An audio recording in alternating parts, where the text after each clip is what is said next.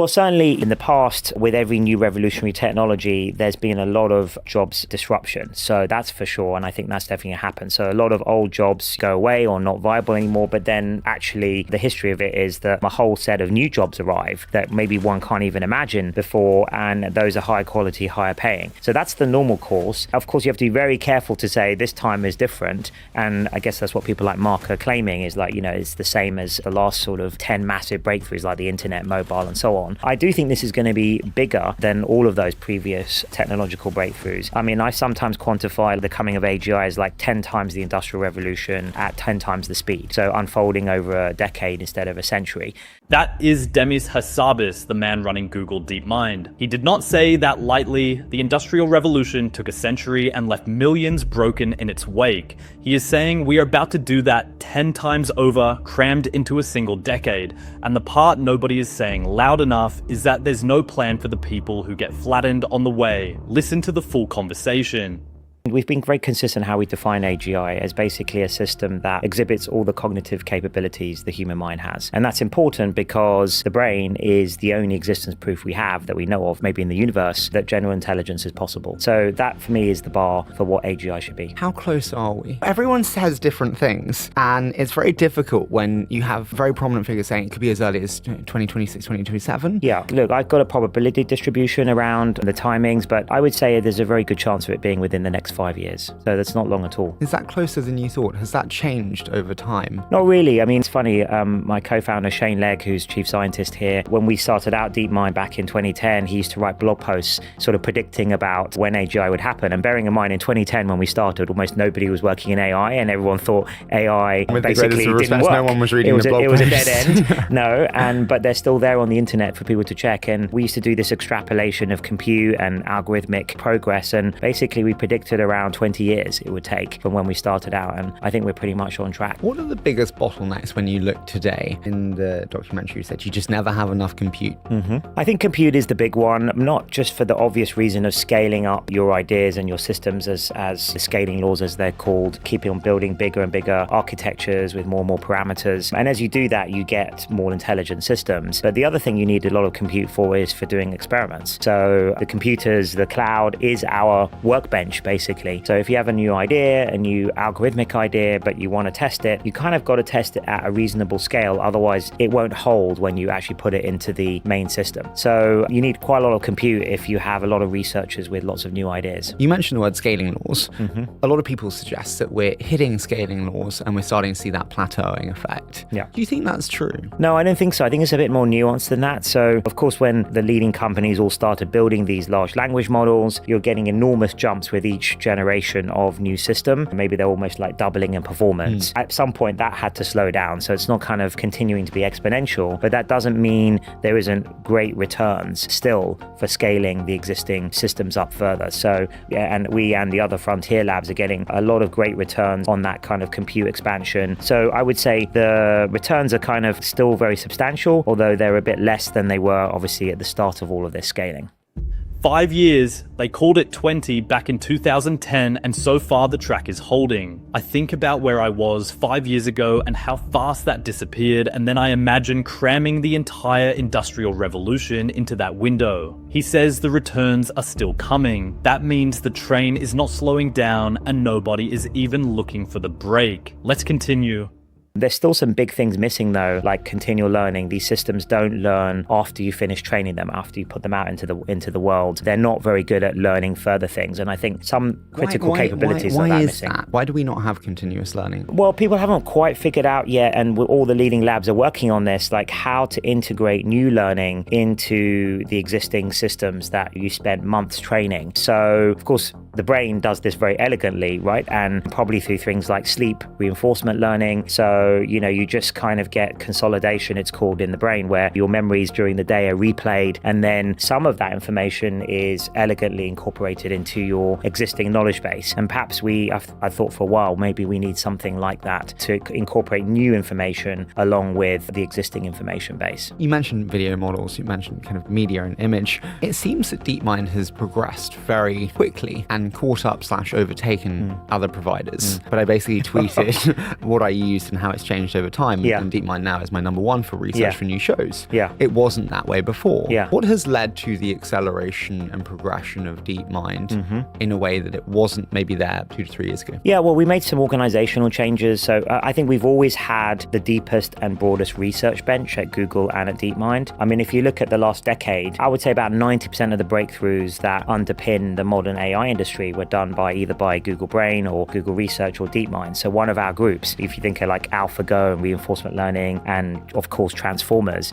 these are all the key breakthroughs. So I would back us to sort of make those breakthroughs in the future if there are any missing ones. And I think we've basically helped put together all the talent from around the company sort of pushing in one direction. And then we talked earlier just about compute resources. It was also about combining all of our resources together so we could build the biggest models rather than having 2 or 3 versions around the company. So I think a lot of it was assembling together all the ingredients we already had and then kind of pushing with relentless sort of focus and pace, acting almost like a startup really to get back to the frontier and be ahead in many areas. You say if anyone's going to do the breakthrough, it could and should be us. Yes. When you think about that, is continuous learning the next breakthrough that you're most excited by? I think there's quite a few things that are missing. There's continual learning. I think there's a lot of mileage in looking at different memory systems. At the moment, we have these long context windows, which are kind of a bit brute force. You just put everything in them. There's a lot of interesting, probably architectures to be invented there. And then there's stuff like long-term planning, hierarchical planning. These systems are not very good at planning at long time horizons, many years into the future, which we as, with our minds, we can do. So there's quite a lot of problems, I think, that are still left to overcome. Maybe one of the biggest is consistency. So I sometimes call these systems jagged intelligences because they're really amazing at certain things when you pose the question in a certain way. But if you pose a question in a slightly different way, they can actually still fail at quite elementary things.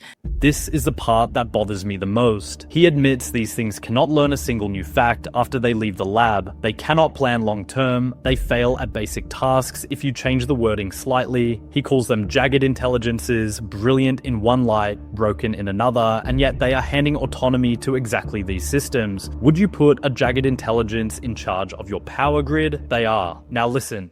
And it's getting harder and harder, I would say, to kind of eke out the same gains from just the same ideas. So I think those labs that have capability to invent new algorithmic ideas are going to start having bigger advantage over the next few years as the last set of ideas are sort of being wrung out of them. You were very open with a lot of your research for years, and we see many very good quality open models. How do you think about the future of open? I have many portfolio companies that kind of use frontier models, and then they use that to set a benchmark, and then they use open models to kind of get as close as possible, but with more cost effectiveness. Yes. What does that future look like? Yeah, I think it's probably similar to what we're seeing today. I mean, we're big supporters of open science and open models, and we've done many things, obviously, from the original Transformers to AlphaFold. These are all things we've sort of given out into the world and to help the research community. And we plan to continue to do that, especially in applied domains, scientific domains, applying AI to science, which is obviously my passion. But I think increasingly, what you're going to see is the open source models are probably one step back from the absolute frontier. It usually takes about 6 months for the open source community to sort of re-implement and figure out what those ideas are. But we are also pushing hard on a kind of suite of open source models called Gemma, which are, we're determined to kind of make best in class for their sizes. So specifically for small developers or academics or, the beginnings of a startup, I think they're perfect for that, and also edge computing too. So we're very interested in open source models for certain types of applications. How do you think about a world post LLMs? You have different people with different views. You've got Jan LeCun with very different views.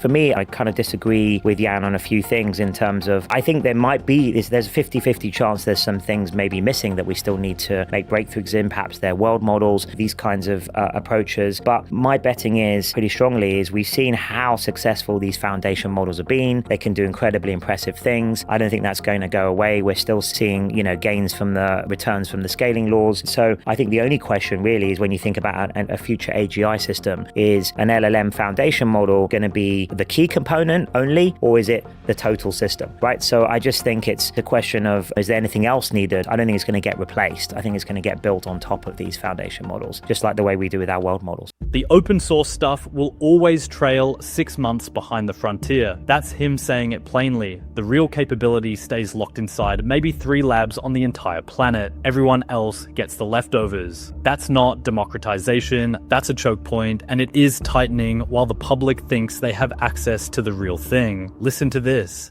When we think about that future 5 years out, as you said, potentially with AGI, what does that world look like? Many people have different concerns. Yeah. If we just start generally, what does that world look like to Well, you? I think on the positive side, and the things obviously I've spent my whole career in life building towards AGI, is I think it will be the ultimate tool for science and medicine. So in terms of advancing scientific discovery, finding cures to diseases, I think we need that kind of technology. And so I'm hoping in 5 years plus time, we'll be sort of entering a new golden age of scientific discovery. So my mother's got multiple sclerosis, so it's like something, it's the thing that I'm always most excited about. Yeah. The thing I worry about is actually kind of drug discovery, the process of getting it through all the trials and knowing that it takes a decade before my mother will actually get any benefits from it. How do we solve that? I think we'll get to that point soon. First of all, what we're doing is, after we did the AlphaFold project to do protein folding, then we spun out a company called Isomorphic Labs, which is doing extremely well. And that is supposed to, the idea there is we're focusing on solving the rest of the drug discovery process, which is a lot of chemistry, designing the compounds, checking it's not toxic, and all the different properties you need for drugs to be safe. I think we'll have that whole drug design engine ready in, the next 5 to 10 years. Then you're right. The next problem is the clinical trials still take many, many years, right? But I think AI can help there in terms of maybe simulating parts of the human metabolism, also stratifying patients to make sure that certain patients get exactly the right type of drug that's suitable for their genomic makeup. And so I think AI can help there too. But I think the real revolution will come when a few, maybe a dozen or so AI drugs get through the whole process. And then the government and the regulatory bodies see that and they have enough data to sort of back test the predictions of those models. And then maybe what we can do will be in the future where maybe 10 further years where we can really just trust the predictions that the models are making and actually then maybe skip out some steps, perhaps like the animal testing is not needed anymore. Maybe we can go up the dosage ladder quicker because you can rely on these models. So I think we've got to do it in 2 steps. Solve the drug design problem first and then look at the regulatory length of time it takes. AI safety is a big topic and a big concern. I think it was Stephen Hawking who said we must get it right because we might not get another chance. Do you think that's right? Yeah, I do think that's right. I think that is the stakes that we have to deal with. And there's 2 things I worry about. One is the misuse of these systems by bad actors, and they can be repurposed. These are dual purpose technologies. They can be used for incredible good in science and health, as we just discussed, but they can also be repurposed for harmful ends by a bad actor. So that's one issue. Second issue is a technical one, making sure these systems, as they get more powerful, not today's systems, but maybe in a year or 2's time, when they become more agentic, more autonomous, as we get towards AGI, can they be kept on the guardrails that we want? He wants to save his mother. I am not cold enough to dismiss that, but listen to the trade-off. He's describing a dual-use weapon that can cure disease or cause catastrophe, and the only plan is to ask nicely for international cooperation. The same international system that cannot agree on climate, cannot agree on trade, cannot agree on basic migration policy. He's betting the entire species on a diplomatic miracle, and the labs are not even waiting for that miracle to arrive. Listen to this. What is the right kind of regulation? And again, I'm kind of quoting yourself back from this documentary. You're like, I think we need more global coordination, which worries me because we're getting worse at it. Yes. Which I think would be an unwavering truth. Yes, for sure. I mean, that's sort of crazy, the timing that we're in, right, with this most consequential, maybe, technology the world's ever seen, at the same time as a very fragmented sort of international system. And it's not ideal, but I think we're going to have to try and do the best we can to at least come up with a sort of set of maybe minimum standards, some benchmarks that test for undesirable properties. For example, deception. Nobody should be building systems that are capable of deception, because then they could be getting around other safeguards. And then I imagine, if things go well, some kind of certification process that basically it's almost like a kite mark of quality, that this model has certain safeguards and certain guarantees, and so therefore consumers and companies can safely sort of build on top of it. And I think that is how it should go, ideally. But it does have to be international because of these systems are cross-border and they're cross-territory. Who is that ultimate verification system? You obviously started with theme park. Yes. But obviously as a media company, I go through any media platform and I don't know what's real or fake. I'm always having to ask what's real or fake. Yeah. Who is that arbiter of verification? Yeah. Well, I think ultimately it's got to be government, I think. But, the kinds of technical bodies that would be able to do the technical work would be like maybe the AI Safety Institutes. It's a very good one one in the UK that was set up under Prime Minister Sunak, and I think it's doing great work. And then there's one in the US, and maybe some of the leading countries that have the best research should also have an equivalent body that is staffed with high quality researchers too, that can actually evaluate and audit these kinds of systems against certain benchmarks, and I kind of like independently check whether they are meeting the right standard. If I could give you like a magic wand that was only applicable to AI safety, sadly, what would be your implementation idea program that you would put in place with this magic wand? Yeah, I think we need some kind of international body, maybe similar to the Atomic Agency, something like that, that perhaps the AI safety institutes sort of feed into, and the research community has to also do this and be involved in like what are the right set of benchmarks to check what types of traits, what types of capabilities. Maybe there are other safeguards too, like it wouldn't be desirable to have AI systems output tokens that are not human readable. So, in some kind of machine language that we couldn't understand, I think that would introduce a new vulnerability. There's quite a few sort of things like that, which I think most of the leading labs would agree probably not best to do. And then these institutions would test against those things. And I think that would give the public confidence, and academia could be involved as well as civil society, that these systems, which are going to get incredibly powerful, have been independently checked and audited.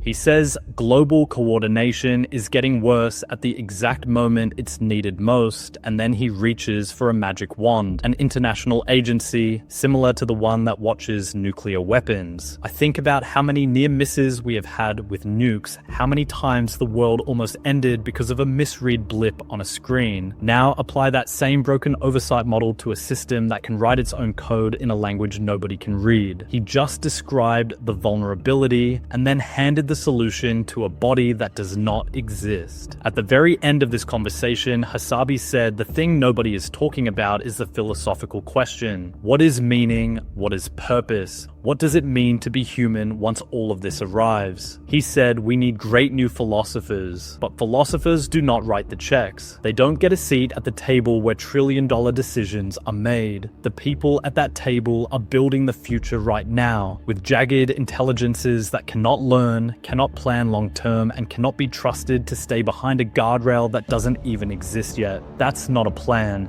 That is a gamble, and every single one of us is in the pot. If that unsettled you, subscribe. This is only going to move faster.